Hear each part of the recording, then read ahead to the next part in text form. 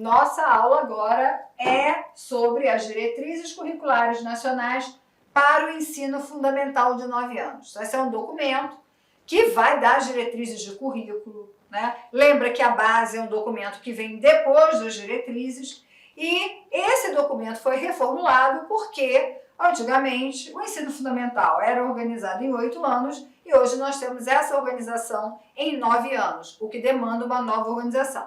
Então eu trago aqui, nessa aula de hoje, alguns aspectos que são essenciais para você que quer se preparar para o concurso. Não esquece, você quer baixar a lei na íntegra, procura no MEC as diretrizes curriculares nacionais para o ensino fundamental de 9 anos e você vai ter esse documento na íntegra. Aqui eu vou fazer um recorte trazendo aquelas situações que são principais, tentando facilitar a leitura de vocês, ok? Sou a professora Márcia Gil, você já pegou sua canetinha aí? Já pegou o seu papel para você poder anotar todas aquelas dicas preciosas que eu dou aqui?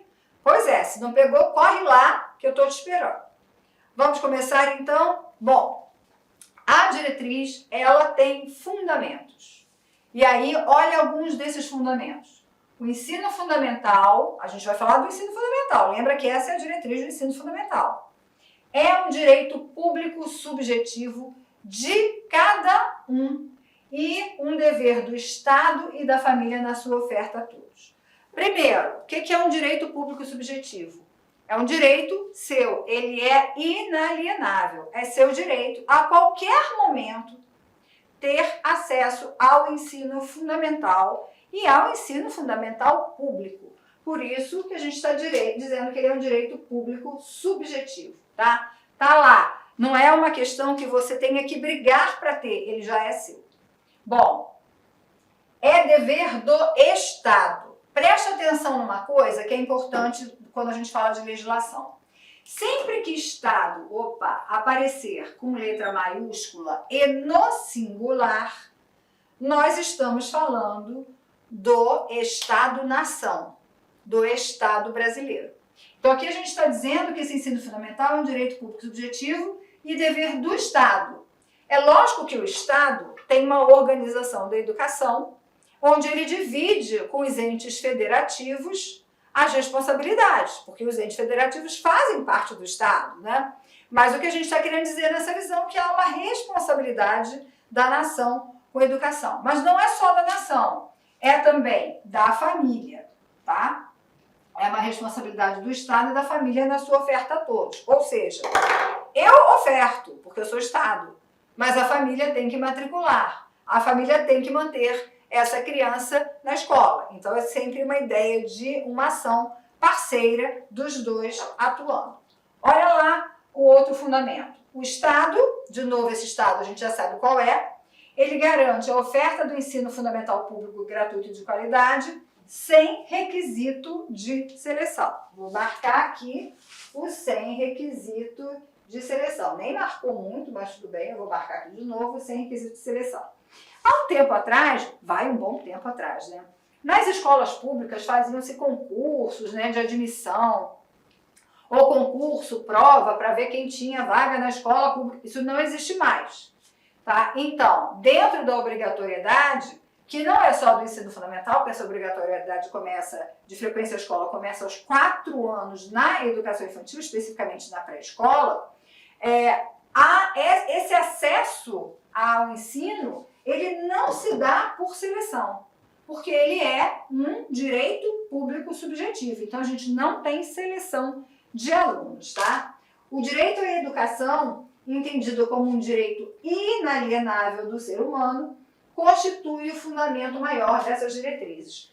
Educação, gente, faz parte, inclusive, da Declaração de Direitos Humanos. A educação é um dos direitos humanos e, portanto, é algo inalienável do ser humano e, por isso, a gente tem que prestar muita atenção. A educação é direito. Educação não é luxo, educação é um direito do sujeito. O ensino fundamental, então, deve comprometer-se com uma educação com qualidade social, igualmente entendida como direito humano. Qualidade social significa mais ou menos o seguinte: eu tenho que pensar numa educação que converse com a sociedade, que converse com o tempo atual. Sabe aquele professor que faz aquele trabalho maravilhoso, mas que foi professor há 20 anos atrás, ele resolve doar todo o seu material para o professor de agora. Vai funcionar? Não, se eu estou pensando em qualidade. Por quê? Porque nós vivemos um outro momento, um outro tempo histórico, outras possibilidades de interação, com outros equipamentos, com outra realidade, e, portanto, a qualidade social precisa considerar essas peculiaridades dos alunos, da sociedade, dos contextos sociais, dos contextos econômicos. Isso é o que a gente vai chamar aqui de qualidade social. E, por último, a educação de qualidade, como um direito fundamental, é, antes de tudo, relevante, pertinente e equitativa. Anota aí. Educação com qualidade, ela é relevante, pertinente e equitativa. Disse para você anotar. Já anotou? Anota, porque é importante. Vou passar para a gente poder explicar um pouquinho melhor cada uma dessas palavras de acordo com o que a DCN diz. Isso aqui é o que está na DCN, tá, gente? Então vamos lá. O que é uma educação de qualidade quando a gente fala de relevância? A relevância reporta-se à promoção de aprendizagens significativas do ponto de vista das exigências sociais e de desenvolvimento pessoal. Então, o que é relevante? É aquilo que é importante para que seja ensinado no ensino fundamental. É importante porque é importante para a sociedade, é uma discussão da sociedade, e é importante para o desenvolvimento pessoal do próprio aluno. Então, isso é aquilo que é relevante. Então, eu não vou ensinar no ensino fundamental, se eu quero um ensino de qualidade, alguma coisa que não tenha a menor relevância para a vida dele. Aquela coisa que não tem nada a ver com o seu desenvolvimento pessoal e que não é um assunto relativo à nossa sociedade ou à sociedade atual, ok? Isso é relevância. Segundo, pertinência. O que é pertinência? Refere-se à possibilidade de atender às necessidades e às características dos estudantes de diversos contextos sociais e culturais e com diferentes capacidades e interesses. Então, a pertinência vai ser aquilo que vai dar o termômetro da necessidade dos diferentes contextos. Então, por exemplo, em lugares rurais, é pertinente que se fale sobre, por exemplo, as queimadas que acontecem, porque prejudicam a colheita, prejudicam os animais. Então, é extremamente pertinente pensar e ampliar essas discussões, porque isso acontece com eles. Em outros contextos, talvez isso não seja pertinente aprofundar tanto esse conhecimento. Por quê? Porque são contextos que não trazem esses desafios.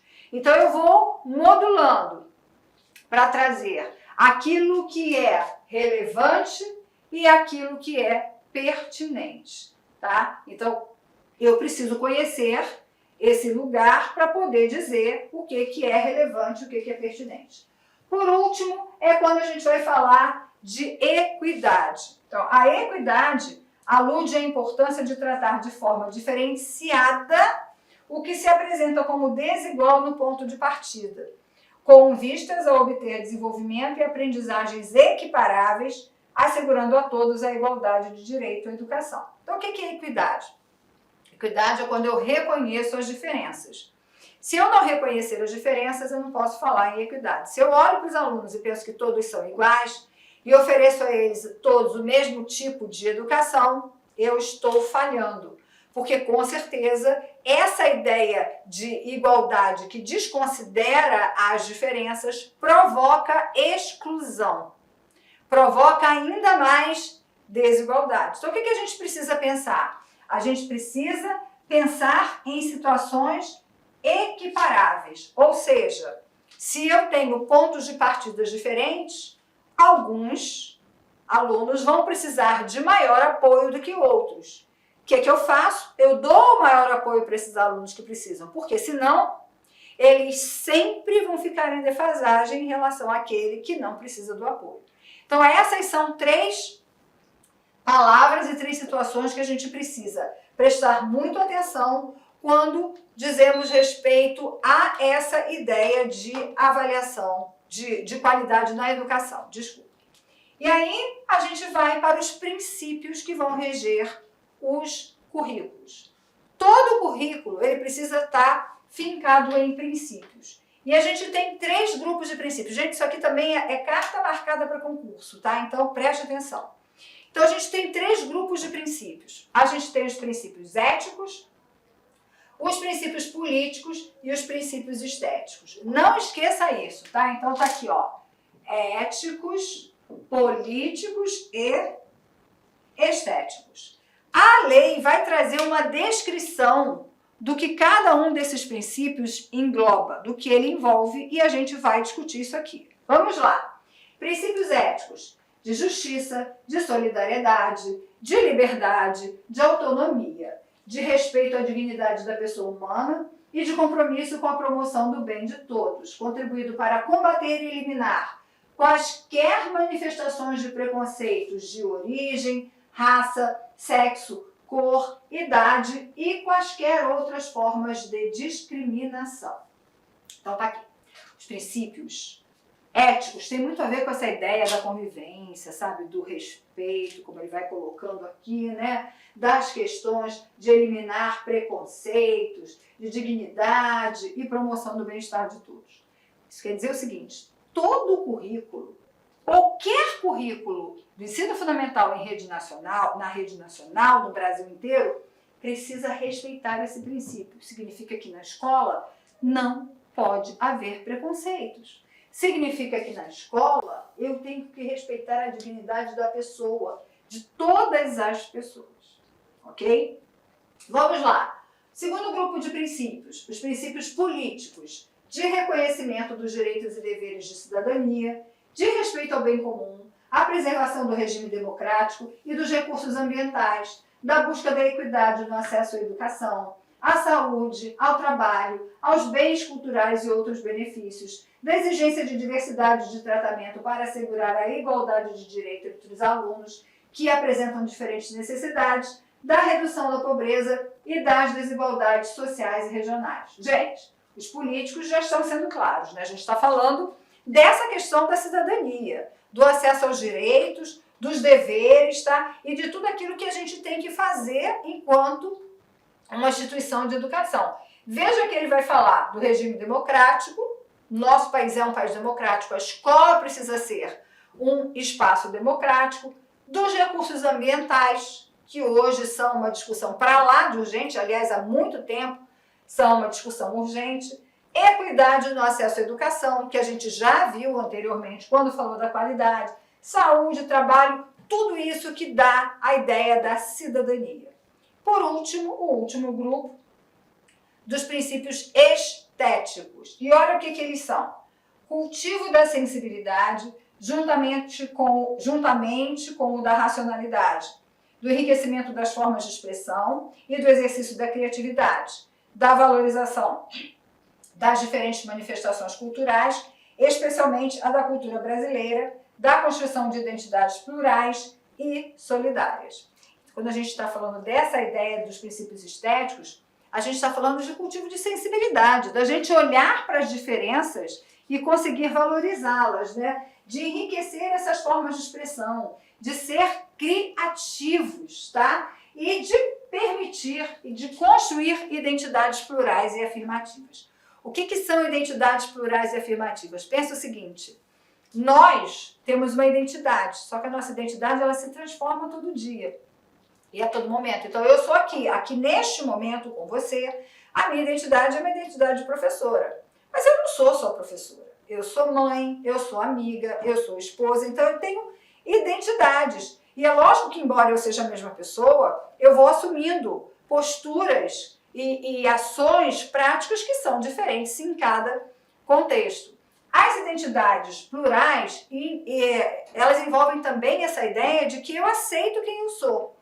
Então, ela é plural e ela é afirmativa. Ou seja, eu aceito quem eu sou. E a gente pode falar de raça e etnia. Por exemplo, eu sou uma descendente de indígenas. Então, meu avô era um indígena de uma tribo determinada, de uma determinada etnia chamada Funiô. Eu tenho traços que revelam a minha ancestralidade. e eu não tenho nenhum problema em falar sobre a minha ancestralidade, porque a minha identidade é afirmativa. Acontece hoje, muito infelizmente, de crianças que têm dificuldade de construir a sua identidade afirmativa e plural em função dos diferentes preconceitos. Eu dei uma ideia de raça, se você for pensar, há crianças que são negras e que na hora que se desenham brancas, louras, seja lá o que for. Existe em relação também às temáticas de gênero e de sexualidade, de credo e assim por diante. Então, esses princípios dizem o seguinte: todas essas identidades plurais são possíveis e são válidas. Olha que esses princípios estão presentes em todas as diretrizes curriculares nacionais. Todas elas. E, portanto, a gente precisa observar na elaboração dos currículos.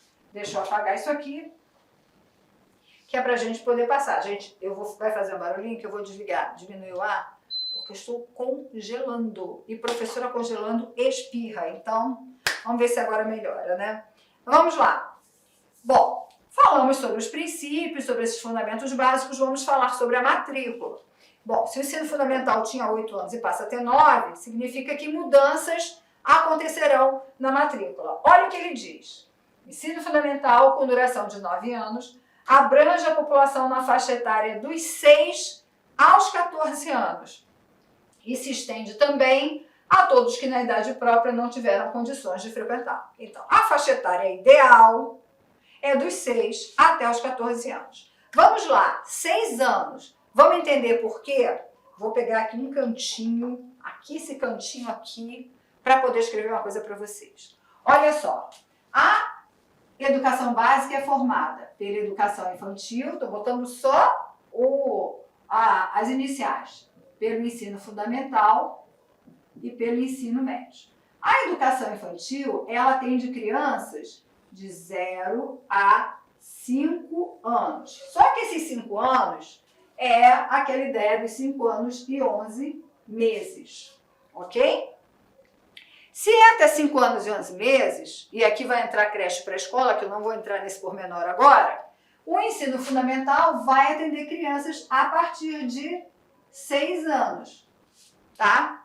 6 anos de ensino fundamental. E espera-se, já que o ensino fundamental tem 9 anos de duração, que ele esteja no último ano do ensino fundamental com 14 anos de idade, ok? Espera-se que ele esteja lá terminando o ensino fundamental aos 14 anos.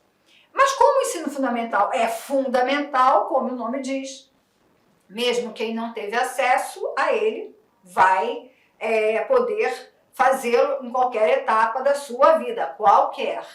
É lógico que se aqui termina aos 14, eu entendo que o ensino médio começa aos 15. Isso tudo é teórico, porque a gente sabe que às vezes tem muito atraso, infelizmente.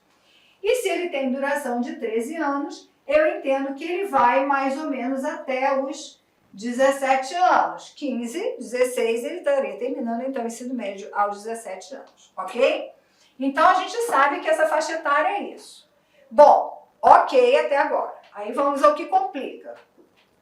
Olá, meus amigos. Inicialmente eu peço desculpa para você, eu peço licença, pois interrompi seus estudos. Mas esse vídeo da Lá Concursos é um vídeo demonstrativo para todos aqueles que desejam fazer o concurso da Prefeitura de Barra do Bugres. É um vídeo demonstrativo para vocês conhecerem a qualidade do nosso curso. Gente, olha só, quer continuar assistindo essa videoaula? Você quer fazer o nosso curso completo? Cara, aqui é o melhor custo-benefício do mercado.